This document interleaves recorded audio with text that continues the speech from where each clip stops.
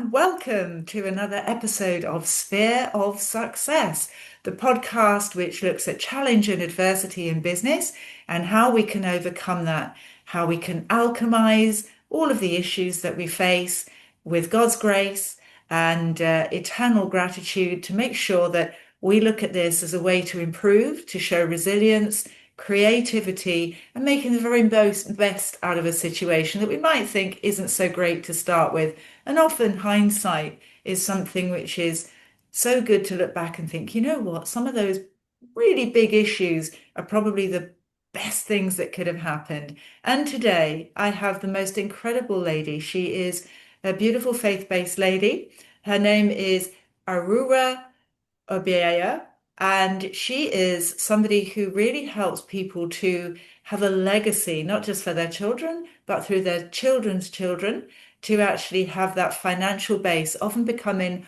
mortgage free, which I think is just a wonderful place to be in, where all of those bills, all of that money worries are behind you, and you can really live in that hugely beautiful, abundant place where we're quiet, we're contented, and we're in peace and happiness. So I'm just going to read her bio because I think it's very well worth reading. So Eruvwu Obuaya is a dedicated guide helping families discover and live out God's plan for them since October 2003. Her work is deeply inspired by Proverbs 13:22, focusing on the powerful truth behind leaving a rich inheritance for future generations. Eruvwu and her husband Austin have been married since 1993 and are a testament to building a strong foundation. They've recently celebrated becoming completely mortgage-free and are now on a fascinating journey to secure an allodial title, something they're keen to teach others about. Their family includes a son, a daughter-in-law, and 3 lovely daughters. Welcome. It's just such a pleasure to have you on the podcast. Thank you. It's a pleasure to be here, Deb.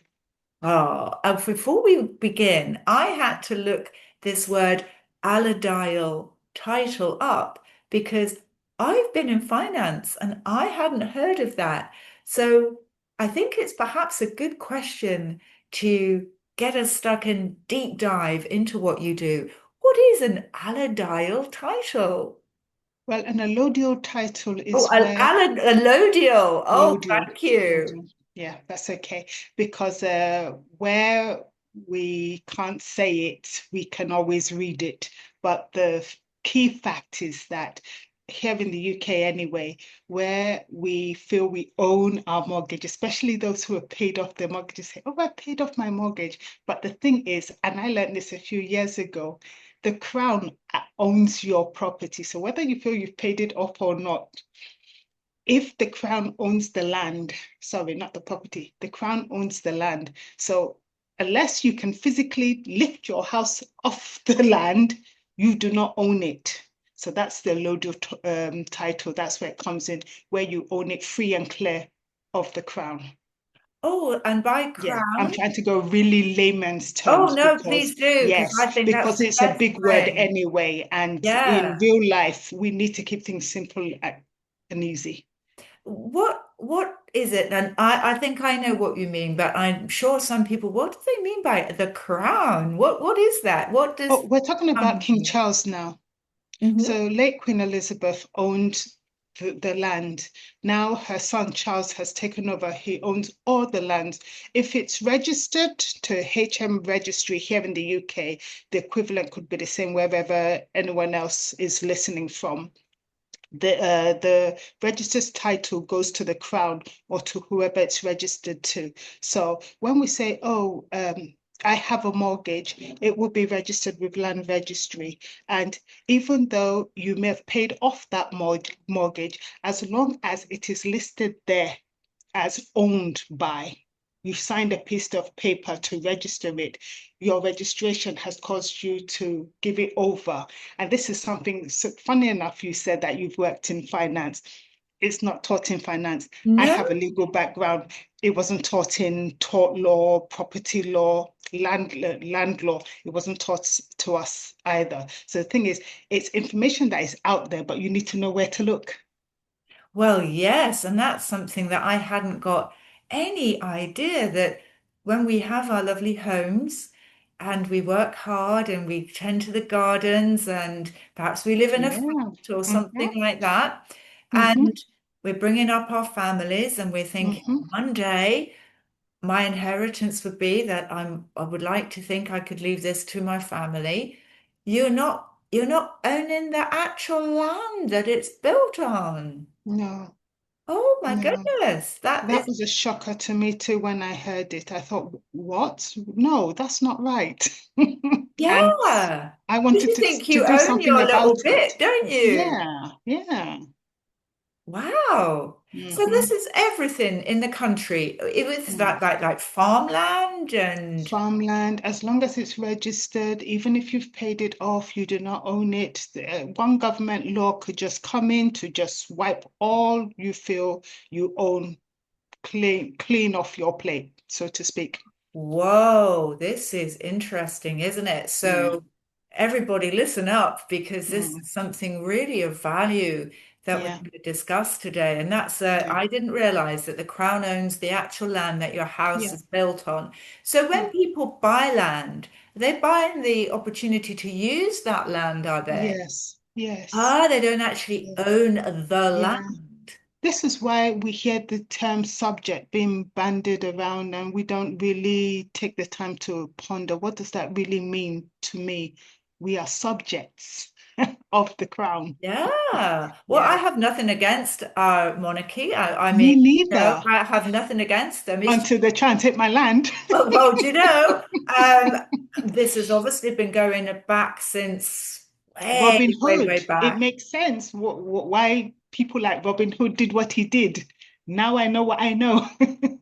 Wow. Yeah. Yeah. Yeah. Yeah. This is very interesting. So Mm-hmm. thank you. So it's an allodial title, which is Allodial title. Allodial. I'm sorry, allodial title. I That's quite all remember it. right. Everybody else is like, come on, Deborah, get Allodial this name right.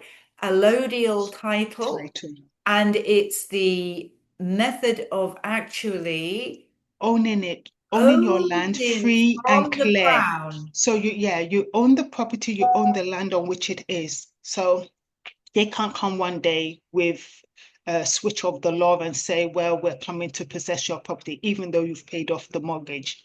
It's not registered with land registry. It's taken off the land registry and you own it. So yeah, Wow, that's that's the whole basis for a amazing. allodial title.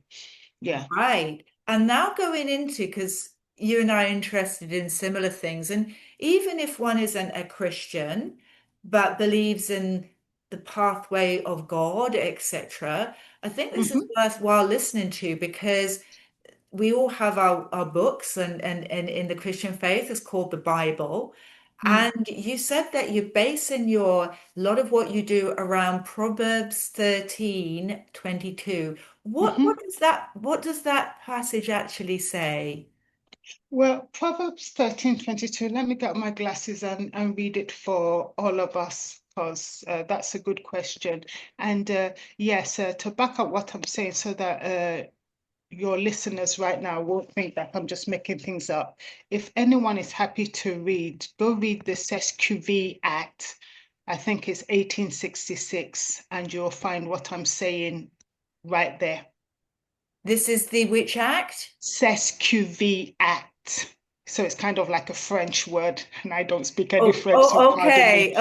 Well, SQV Act 1866. I say it sounds like French, does not mean it's a French statute. It's a law based in England yeah, well, a and lot of Wales. our Yeah, language came from France and was yeah, derived from French words. So we can put all of this in the description. So yeah, just make sure that I have that information so that we can yeah, include that in the description. yeah. Um, I do have PDFs that I will be happy to distribute to people who take action at the end of all this. So they don't have to try and remember or memorize anything. Yeah. Oh wow. You know what? We I think English common law is very good. I think that it's a lot of basis of justice system. I think that's in the United States as well. Hmm. Some of these ancient laws, we can't know everything, and sometimes No, you just no. think, whoa, gosh. And it's just like Hmm. from Bible principles of which you're talking now, these Mm. proverbs, because any good book allied to Yes. religious faith, and that can be Mm. Muslim or Mm. Hindu or anything where we're thinking, or Jewish faith. I want to be inclusive, but I can't say them all. Um, Mm. is there are words of wisdom being spoken in these books. They Mm. can be just as relevant for us today as Mm. they were all those years when they were first written, because people are people and we have our strengths and we have our weaknesses. Mm. And so, what was said before, when we think about how we live our lives now, Mm. can be just as relevant, if not absolutely relevant, Mm. from the times that we're going through. So, yeah, please do Okay. share with us if you wouldn't Well, let mind. me What say is it? something there to kind of clarify what you're saying. And I know political correctness makes a lot of people shiver and backtrack and go into areas of debate that we really shouldn't go into. When Jesus was walking the earth, he spoke the truth of the gospels that we know today. And without trying to alienate anyone, he would say, the words that I speak are spirit and they are life.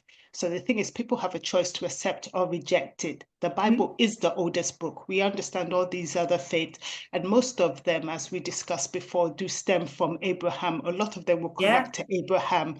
But however, Jesus did say, a greater than Abraham is here, and that's him. So Proverbs 13:22 says, a good person leaves an inheritance for their grandchildren. Yes. And Really? various variations will say the one I like best is KGV, children's children.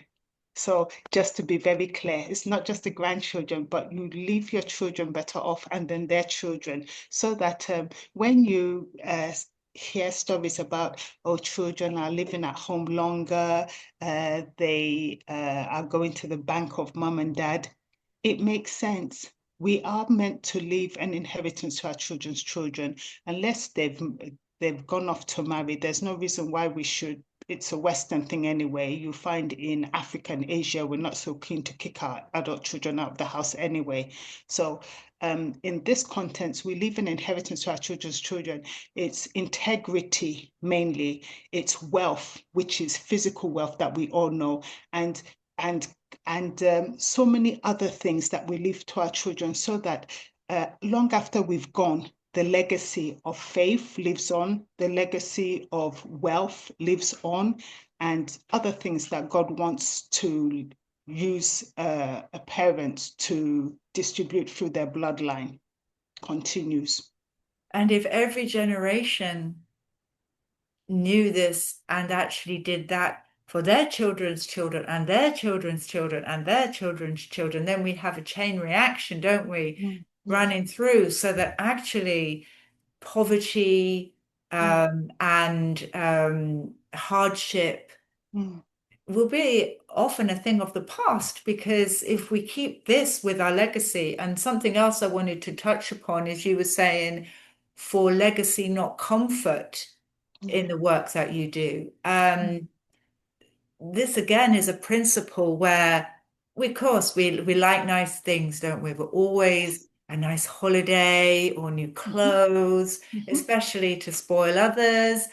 And sometimes I know I do, I have to look and think, was that absolutely necessary? Was that something that is, I remember at Christmas, sometimes I go to friends and sometimes I look and I think, there is too much given for materialistic stuff, rather than maybe given to people less fortunate, or Yes. to have less. We're all adults, so we don't really need a lot of stuff, but we like to think that we give. But sometimes I'm like, could we have given that to charity? Could we have done something for that day where we could have helped out others who were less fortunate. And sometimes I do think, oh, it's a bit guilty because I go to church and then I'm like, am I really living that value and this comfort element? I'd love you to talk a little bit about what is it about legacy, not comfort, that we should be striving for.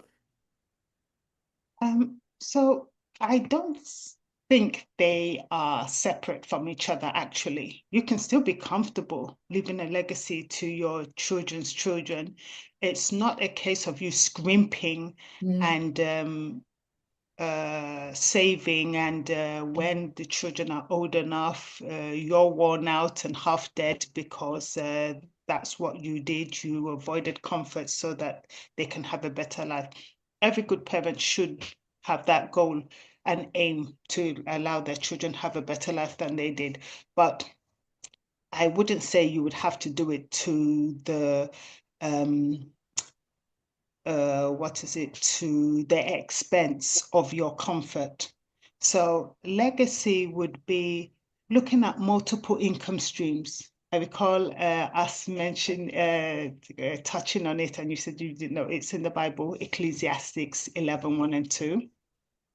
And it's divide your portion up to 8 places, 7, possibly 8, because you don't know what danger will come upon the land. And various versions of scripture will give you clarity on what that would mean. So if we look back to 2019, 2020, when COVID came, if a lot of us had implemented that scripture, and I knew that scripture before, and to be fair, since 2014, I'd been doing something called the money jar system. I don't know how many of your listeners know about the money Please jar do tell her. system. Yeah. Well, it's where you divide portion of your salary or your income into, I think it's up to 8 or 10 jars. And it's a post I have on Instagram, especially that I recall seeing it there some time ago, but I put it there years back. So if people want to scroll through, they'll see the money jar system. But basically, you divide it into a few portions, like 10% in certain places, 55% in certain places. Let me see if I could have a quick look at it. Money Yeah, I jar. love this. Yeah, so I can explain it. So basically, say for example, we've got bills and expenses that we need to pay. So that makes sense that every responsible person will have money put aside for their bills and expenses when it comes. Um, so you would say maybe 55% would go there. So now that you've put 55% towards bills and expenses, you want to look at uh, other areas like long-term saving plans. Um, Everyone again should have long-term saving plans. Maybe it's for a holiday or to make a very big purchase or something of that sort. Then you want to leave 5% for charity, and you want to also uh, reward yourself 10%. And these rules are strict. It's not something you can really play around with for it to really work. And 10% would be for you to spend on yourself so that you can buy whatever it is you want to buy, like how you said, without feeling guilty. As long as it's within the 10%, spend it on yourself. You've already covered charity. You've already paid, put aside for your expenses. You're being a good uh, citizen, for want of a better word. I don't want to use that word, but for want of a better word, you're being a good, you're paying your bills and all that. Now you've got 10% to spend on yourself. No guilt and no expense of comfort. So that system works because it allows you now to spend in such a way that you are looking after your day-to-day needs, and at the same time you are saving for the future. And I don't know who started it, but it seemed to be steeped in maybe Christian values of sorts, because it makes sense to do something like that, because that habit that you're building every month, saving 10% towards expenses for the future, you find that when those sudden expenses come up, you've got money set aside. You don't have to take from the gas bill or from the electricity bill or from whatever bill to pay up. And when it comes to charity you want to give, you find you've got a fund for charity. So you can give as much as you can within your 5% to charity. So that's basically how the money jar system works. I could also send a link to that later so that people can check it out. I think Yeah. this is so good because, I wish I had in my young life, Mm. I was on my own very quickly, and I was trying to keep myself afloat, as you do, Yeah. and Yeah. keep a roof over my head, and I never really got until recently, very recently, in fact, into a situation where I was I was investing wisely into things and taking portion of my money. It always seemed to be hand to mouth and living up or above my means and finding that things were stressful and difficult. And then I thought, well, the only person to be able to change this is me. And so now I'm much more disciplined, and I'm much more, as you say, and I like, and we can talk about this, the different areas of where you should place in accordance with Bible principles. And I had Yeah. no Yeah. idea it told you. It's very Yeah. practical, isn't it? However, not a lot of people do know this, and don't even No. beat yourself up because there are husbands and wives that don't even know this. So, as I said, I just got to know about the money jar system 9 years ago. So, yes, I've been able to pull it up. So, there's the necessities, 50% goes there. I said 55, so correction. Long-term savings, 10% goes there. When you say long-term savings, maybe you want to invest. That's where you put your 10%. Um, um, 10% goes to education. Education is personal growth. A lot of people think, oh, I finished university. I'm never picking up another book again. That is a big mistake. You do need to feed your mind. You need to learn things outside of education. Like you've got the financial background, I've got the legal background. We didn't know the thing about the allodial title. So yeah, you can't just rely on what they teach you in school. You have to dig deeper. So that will be 10% for education. Sorry, I've got a bit of a runny nose today, so please, people do forgive me. Um, we've got the play money, which is 10%. Enjoy your life, travel, dine out, hobbies without guilt. Um, then there's the giving, which will be 5%. Some people might choose to make up to 10%. I put 10 because as a Christian, I firmly believe in the tithing principle. I know not all Christians believe in it, saying things like Old Testament and so forth. But just quick side note here, Melchizedek, we understand tithe first mentioned in the Old Testament with Abraham giving gifts to a king called Melchizedek who had no beginning or end. The New Testament says Jesus is a priest forever after the order of Melchizedek. So that rules out anyone's argument. I think anyone who argues like that is either ignorant or they just don't want to give. They just want to withhold more than is meet. And there's a scripture for that. When you withhold more than is necessary, it leads you to poverty. You think you're hoarding and you're benefiting yourself. You're not. So that's the given. Then there's the financial freedom. This is wealth building where you put 10% into like something like this.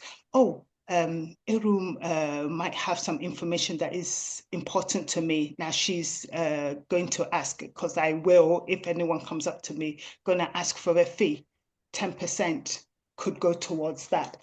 Then there's the bit, let's see.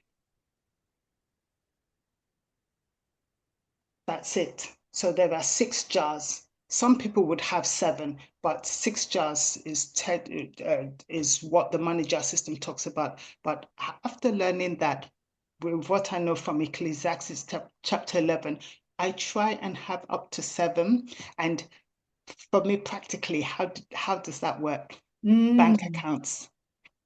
Instead of having little jars, which is cute around the house, I have bank accounts.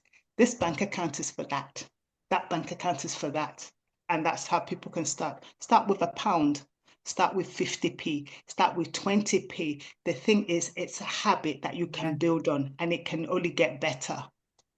Well, the great thing is with that as well, if you have it out by standing order and Yeah, it comes into your account without you even think, and then it goes to these different accounts, very good. then you haven't had to physically do that. Very And good. it then starts to build up. Yes, And so I invested in some things at the end of last year, and I yes, keep a track of where they are, etc. And yeah, all of a sudden, you see little growth, and then it grows a bit more. And then the thing is with compound interest, yes. you can talk about that when you speak with people, but it has this Mm, kind of this magical effect yeah, that you don't see anything for a yes, little while, and then all of a sudden you think, oh, that's had a bit of a jump. Oh, that's had a bit of a jump. And so then you know that the peace of mind that that's given me yeah, has been beyond the riches that I'm actually getting from the bank accounts yeah, and the different yeah, things that I'm doing, because now I can sleep properly at night. I mm, don't fear the things that come through in the brown envelope saying HMRC yeah, tax and yeah, all of that, yeah. I'm like, okay, that's fine. I've got the Yeah, funds there to be able to do with it. And it's that regular monthly habit that yes, actually means that yes, I'm putting something away every month. And as I said, I'm very open. I've had situation in my life where it wasn't right. And so I've me too, been able to change this, which is me too. fabulous. And then because I am, and I can only speak personally, but because then I'm more relaxed, Yes, I'm more open to people, yes. I'm less anxious because Hmm. that part of it is not a worry anymore. I show Yes, up for people in a better yeah, way. I yeah. show up for myself in a much better way. And Mm, actually, I know that people have perhaps a negative connotation of pride, the word yeah. pride, but I Hmm. am proud of my achievement. That isn't egotistical. That isn't So you saying, oh, should be. look at me. But I am proud that I've turned things around. And I think that gives Mm, us then a sense of mm, contentment and mm, knowledge that we can do something. We mm. make something work. Yes, And so, yeah. again, when you're dealing, because you deal with families and traditionally married couples, Yes. how do you see in their relationship with their wealth creation? Mm. How do you see that benefiting their relationship? Oh, immensely beyond words. And the thing is, it can only be imagined. So I would answer that with imagine you're a married couple. You've learnt the money jar system.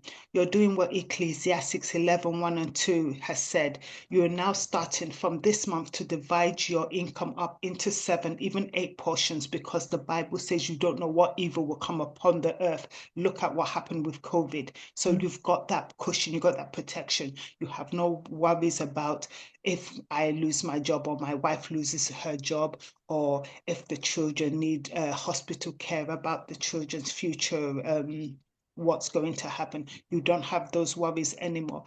As you said, Deborah, how would you sleep at night? How would that make you feel, having no financial worries, knowing that you've taken care of things like that? And the biggest worry, your home, knowing that you are mortgage free, you've voided the mortgage, you don't have that niggling worry in the back of your mind that one day we might not be able to pay because somebody might die, somebody might fall ill. You don't have that worry. You own the land free and clear. You'll be able to go on holidays. You'll be able to go on great holidays, not some budget holidays, nothing bad about budget holidays. I've had some great budget holidays, but generally they do get a bad rep. So you wouldn't have to go on those bad rep budget holidays. So that's what being financially free could do for a married couple. And when you don't have that financial stress, you won't be snapping at each other and snapping at the children. You'll be showing up and available for each other. And to me, that is priceless. And the other thing is as well, you can teach your children to do the They same at a watch. young You don't age. even need to say a word. They Mm. watch. Yeah. And I think that when they are looking at parents, and as I say, I don't have children, so I'm not, but I know that my my friends who do have children, and often the children will say something, and the parents go, "We never told you that." Well, they've listened and they've learned, and children are mimics, aren't they? Their hero is their dad, they're looking towards their father for guidance. And when they see their father taking that situation into their own hands and actually Yeah, doing things yeah, properly, yeah, they will see how that yeah, affects the father and the mother's relationship. And, yeah. I think, again, I think as well, I have numerous friends, and one which was a childhood friend, and her parents were very money savvy. They were Yes, financially educated, and my yes, parents, I don't believe, were. So her parents never seemed to have an issue about the yeah, holiday, or we can't afford this, yeah, or yeah, having a row about the yeah, situation for yeah. payments. And my parents used to have enormous rows. I was told back as a child, close the windows, because then I knew, oh yeah, mum and dad are about to have a huge row, which was very, very horrible for me. Yeah, yeah, I hated that. yeah. I'm sorry. Yeah. Well, and I think a lot of Mm, kids, they go through that, and the yeah, parents don't realize the effect that's yeah, having on the children often. yeah. You know? No, they don't. And Yeah, yeah. so I remember, and her father said to me, "Oh, have you, when I got older, have you got any Mm, stocks or shares?" And I said, "Don't even know what that is." mm, And they'd already been buying things for my friend as a, like, I think it was then post office savings account for yeah, my yeah. friend, and I remember that. yeah, she'd already got a substantial amount of money that was hers because of the savings of the fund. And he says, and then he told me something. He said, you should have different Yeah. things rather than just your job. Yes, yes. And that's what people don't understand, especially those that have a great job. The boss is great, the colleagues are great, life feels great. But the thing is, what if you can't work? Forget being fired, but you can't work. And this is a business. After a while, in spite of how much they might feel for you, they might have to let you go. What will happen there? This is why Ecclesiastics 11, 1 and 2 shouldn't be sniffed at. Start today. Don't Mm. come up with any more excuses.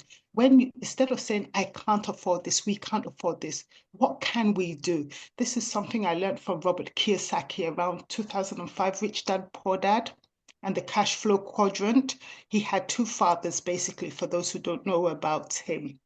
And one had was educated professor, but he had a poor man's mindset and he was poor, living from hand to mouth. The salary was kind of finished before the end of the month, what people generally go through. Then the other one was his best friend's father, who was a businessman, secondary school, I think, dropout. And he didn't have any money worries because he understood what a lot of us are beginning to understand now, that what they teach you in schools about finances is, if they teach at all, is completely different from the real world. We need personal development. We need to understand how money works. We need to understand um, Ecclesiastes 11, divide your portions. How do you do that? Have a job, have some people call it side hustle, have other things you're doing, have investments, because not everyone wants to be doing a side hustle. But learn to divide your funds accordingly. I'm putting this away for a rainy day. And people used to say that back when I was growing up. Those people were savvy. I'm putting this Mm. aside for a rainy day. I'm putting this towards something I want to buy, but I can't afford now. But I'm putting a little towards it today. Next month, I'll put some more. And that's how you begin to build that nest egg and protect yourself. I do understand, and I'm very open with this as well, because Mm. I share the things in my life that hopefully other people can learn from without making the same mistakes as me. Yeah. And when COVID hit, and I know people say, "Oh gosh, you can't keep on going back to COVID," but it's struck so many people, and still things are not right for a lot of people because of It's that. very true.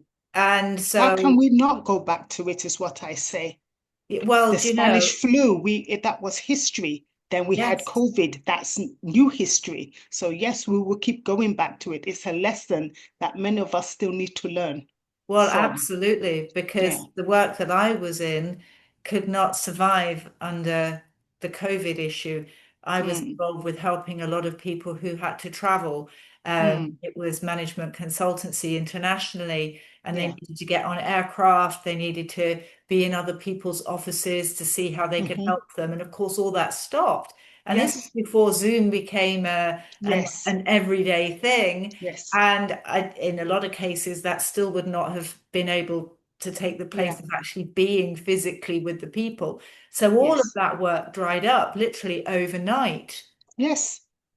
And I always say, thank goodness I put some money by over the years, because otherwise I didn't even Yes. qualify for furlough because I was Yes. self-employed. I couldn't get anything. So Yeah. I thought, well, and do you know what? I thank God at that moment Yes. for the Yeah. We must foresight of always give putting him that money thanks. away Mm. so that I knew I didn't have it for, I couldn't last forever like that. But for Yeah. the time it happened, and then my heart went out to the people that Yeah. were not in that situation, because Yeah. it's like, well, what would you do? How would you Mm. live? How would you Mm. have any Mm. income if you weren't? And the frightening thing, Mm. you'll know more than me about this, is that so many people, you're like about one paycheck or one and a half paychecks away from not That's what having I'm any money thinking. coming in. That's exactly what I'm thinking. A lot of people, their paycheck, that what you said, plus, if many people, let's say, take a survey of your listeners right now. Everyone, ask yourself, if you were to be fired from your job, or you just couldn't do your job for some reason, and you're not going to get compensation for your job, you just have to leave today, would you survive 6 months? That's a question. And if you can't survive 6 months financially stable, at least, why won't you be able to do that? And what are you going to do about it today? Because I don't know if it's a British thing, and I'm saying this as a British citizen. I've got dual nationalism, nationality. Sorry, I'm Nigerian. I'm also British, born and raised in Britain, and Nigerian, British when it suits me. But the thing is, when we tend to have this entitlement mentality, oh, the government will take care of me, and this should happen and that should happen. We need to learn to start taking responsibility. So, as I was saying, I don't know if it's a British thing, but or a Nigerian thing, we should stop feeling entitled, thinking it's somebody else's problem, it's someone else's responsibility. It's your responsibility to look after yourself and look after your family. If someone else can help you, that's a blessing, that's a bonus. But you're not to rely on other people. You're to trust God and then do what it is you can do, what He is leading you to do for yourself. Yes, I agree. And the thing is about this podcast, it's looking at challenge and adversity and how we Mm. come from that. So if that had not happened to me, I would have still been carrying on likely in the way that I Yes, have been doing, exactly. and nothing would have changed until the Yeah. next crisis came. I would have been Hmm. older. Yes. My health might not have been as it was. I was perfectly good health. Something could have happened in the meantime to give me a worse situation than what I was in at the time. True. Interestingly enough, because of that, that Hmm. got me into various different routes. But one of Yeah. them was podcasting. But Okay. now I've future-proofed my business because Yeah. I now have something that is online, Hmm. whereas I didn't have that before. So that Very true. God has come in and helped me shape that. Yes. Yeah. I've also set up another business, which is to do with helping people with outsourcing Hmm. their work if they're too busy. It's one of those with virtual assistants. So I've got that Hmm. business. Hmm. And then I also thought, right, I've got to have something more of something that is in behind the scenes working for me. So I've had some investments. That's And good. then just now, because I live on my own and I have more than one bedroom, I'm very fortunate to have that. Yes. Yeah. Going to be having a lodger. Yes. And the fact is, before I'd have gone, oh, I wouldn't share my home with, well, there's somebody that needs somewhere to live, most likely. I can give them a nice room and share the space that I'm not using. So, Yes. and then they can pay me for that room. And there's an Exactly. income thing which says you can earn about, I think, up to £7,000 through Mm. having a lodger, and you don't have to pay tax on that. Hmm. I think it's a spare room thing. I think, there's something there, isn't there? So I looked that up and I thought, well, that will help me pay a lot of the bill towards Mm. the house and we know that. And it's bringing an income in.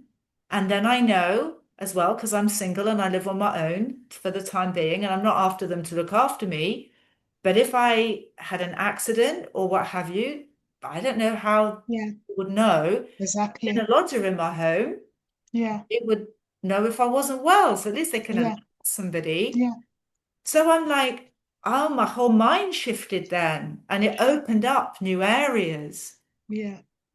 And so you obviously speak to a lot of people around Mm. this type of things. So often there's a catalyst that has perhaps not been pleasant, Hmm. rather Like than, COVID, yeah, like the crash in 2007, 2008, the yeah, house crash, and something rock as well started Northern with that Rock. as well. Yes, there you go. So the thing is, we have history which seems to be repeating itself. Us burying our heads in the sand is not helping anyone. Totally agree. I totally agree. So what would be your advice? Because you do this, which I think is amazing, on biblical principles, Thank you. which is fabulous. I love it. People might go, "Oh, you've mentioned it too. You've mentioned ecclesiastical so that people can see why this is mentioned. But coming back to the Bible, is this something that people of faith are taught? Because I've never come across No, this. it's not, yeah, and it's sad because you find a lot of pulpits would well preaching coming from pulpits or teaching coming from pulpits saying, "Oh, we are not here to preach a prosperity gospel and so forth." And yes, that's not what the pulpit is for. Excuse me. But Jesus did preach, and the Bible does confirm this, that the gospel is all round. It's not just for the salvation of souls. That is the foundation. But once your soul is saved, what else? The Bible tells us things like I think it's Deuteronomy 8:18. And let me read it. Let me not just say it off by heart because I can paraphrase it. It is God who gives us power for wealth. Deuteronomy 8:18. Deuteronomy.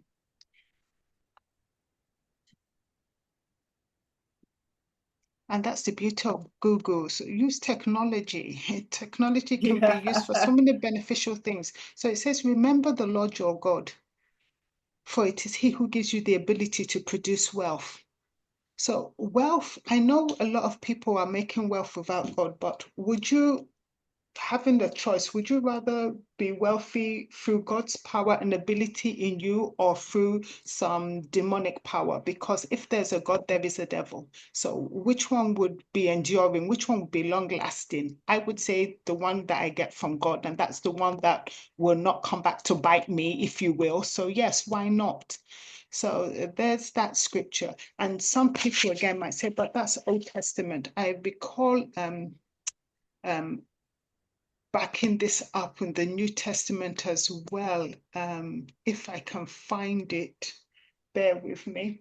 Yeah, well, while you're looking for that, I just Yeah, also wanted to say, it's a sad indictment that a lot of young people and older people too are making their wealth through criminal activity in whatever yeah, that is. A lot of it could be fraud, yeah, some of it through the selling of drugs, etc., yeah.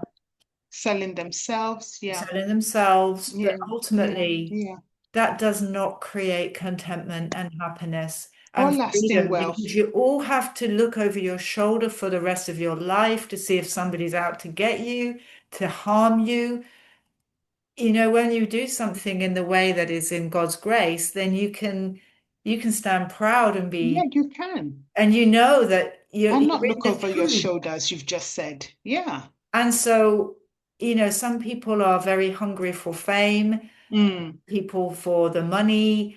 Mm. over everything. But Mm. ultimately, you can tread God's way and have Yes. abundance. It's, a lot of people say, oh, you can't be wealthy or have Mm. money if you have faith in God.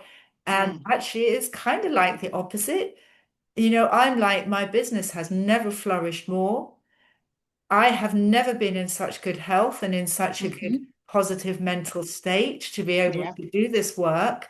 So Mm-hmm. ultimately, when you're doing it under the God's grace, and I always check myself, make sure that, I am working in that way, Yeah. it is so fulfilling and it's so gratifying to know Mm-hmm. that often it can be done in the service of others as well, Mm. where you're creating abundance like you are doing through your work. I'm trying to do this through the podcasting and giving business people a voice and learning how to do it for themselves. Mm-hmm. You can be doing something in the principles of God within the financial services industry or in your work. You might be working at home, and it might be that you're turning a hobby that you like into something that can generate an income, which I know Mm. a lot of people do. Um, if you're doing that with God's grace and you're doing that Mm. and you're honest and you're Mm-hmm. trustworthy, people will refer business to you. People will Yes. want to be in your company. People will trust you and Mm. know that they're doing something with you that everybody can benefit from. Mm. If you're doing stuff underhanded, you're cutting people out of deals for your own ends, it's not long before people think, I can't trust that person. I wouldn't want to do business with them. Look how they treated so and so, or look how they took the limelight when it wasn't theirs to take Yes. and didn't give people the credit. And then you find that people, oh, yeah, well, they're just after promoting themselves. They don't care about anybody else. Yeah. That is a shame because Mm. if you do it the other way, you get many more people wanting to work with you, many more people like us. I meet wonderful people like yourself every day, Thank you. which is just beautiful in itself. It's just fantastic. And I know that you wouldn't be coming into my sphere if there wasn't something which we both identified within each. Mm-hmm. And so it's the company that you can keep. It's the learning from people and the people Yeah. with open hearts Mm. who want to be in your life when you're doing things Mm. in the way that God would want you to. It's Yeah. very, very fulfilling. Yeah. And people need to remember applied knowledge is power. A lot of people say knowledge is power, but we need to expand that. You might know something and do nothing about it. But when you know something and you do something about it, that's powerful. And as you said, when we connect to the right people and we learn from each other and we go and apply it, that's powerful. So going back to scriptural references to wealth, we've got Luke 6:38. It's talking about when you gave it, you receive back onto yourself. And it's not just financial, but it doesn't exclude financial as well. You get pressed down, shaken together, running over measure. There's the scripture in Matthew 7:24 through to 27 that says, build your house upon the rock. It's talking about foundations, having the right foundation to build so that when trouble comes, like COVID, like the house crash crisis, you won't be affected.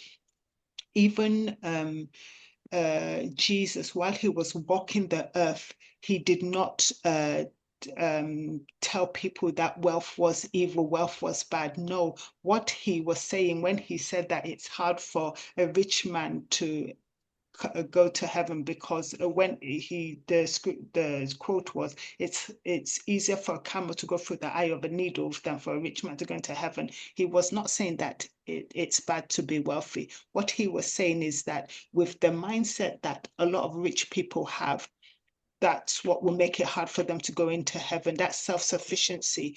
God does not want us to, as we have alluded to make our wealth outside of Him. It's only through His grace. And when we have this wealth, we're to use it to glorify Him, to honor Him. And that's how we can have wealth and still get to heaven through Jesus, because Jesus is the only way, truth, and life. And this is not to alienate other scriptures, because this gospel is free and available to everyone. While you are breathing, you have the opportunity to come to Jesus just as you are. This is beautiful. And what a wonderful place to end Mm. our conversation because please do, everybody, please do get in touch with Eruvwu because her knowledge, her insight into how we can have a life of abundance, of wealth, of joy, of peace, of happiness is something which you can do through Bible principles. And Yes. you can put this in actionable steps. You can Hmm. do it this afternoon. It would Yeah, be, it's definitely. perfectly doable. Start Hmm. small, build up, etc. Find your footing, see what works Yes. and what doesn't work for you because we're all different. But Hmm. ultimately, we can do this in a faith-based, beautiful way that Hmm. glorifies our wonderful God and Yes. can elevate ourselves and our families Yes. into places where we can only dream of at the moment. So it's Hmm. such a wonderful gift that you're giving to people. And Arua, Thank how you. can people get hold of you? Oh, well, they can go to my social media platforms. Instagram, I'm quite active there. Facebook, I try to be active, not as active as Instagram, but I do go a few times a week. TikTok, I'm there. LinkedIn, I'm there. And the link that says allodial title is where they'll find the information today. If they click on these links and register, they'll be able to get PDF information on what I've spoken about today in regards to those who want to be own their property free and clear. That's where you'll be able to get the Own PDF. the rock that it's built on, Yeah. the firm Honestly, foundation. that's a very good one. Own the rock. Own the rock. Yeah. Or just be submitted to the rock, which is Christ. We can't own him, so be submitted to the rock. Well, this And is then, yes, terrific. I love it. yeah, Yeah, absolutely. And I think I've learned so much listening to you thank you. today. So Appreciate it. inspiring. So thank you so much. And You're very welcome. no problem. Thank you. And everybody listening, oh gosh, what an amazing episode. Truly insightful, truly inspiring. And as I say, very actionable as well. Yeah, So thank you so much, everybody, for you're very listening. welcome. And we'll see you all again very soon. Be successful. And please do like, comment, subscribe, and share so that we can spread the word of the abundance that Eruvwu is absolutely advocating because lives can change. And it's not just our own lives, but our children and their children, all the way down. It's a chain reaction. I think that's wonderful. So until next time, everybody, thank you so much and see you all again very soon. Bye now.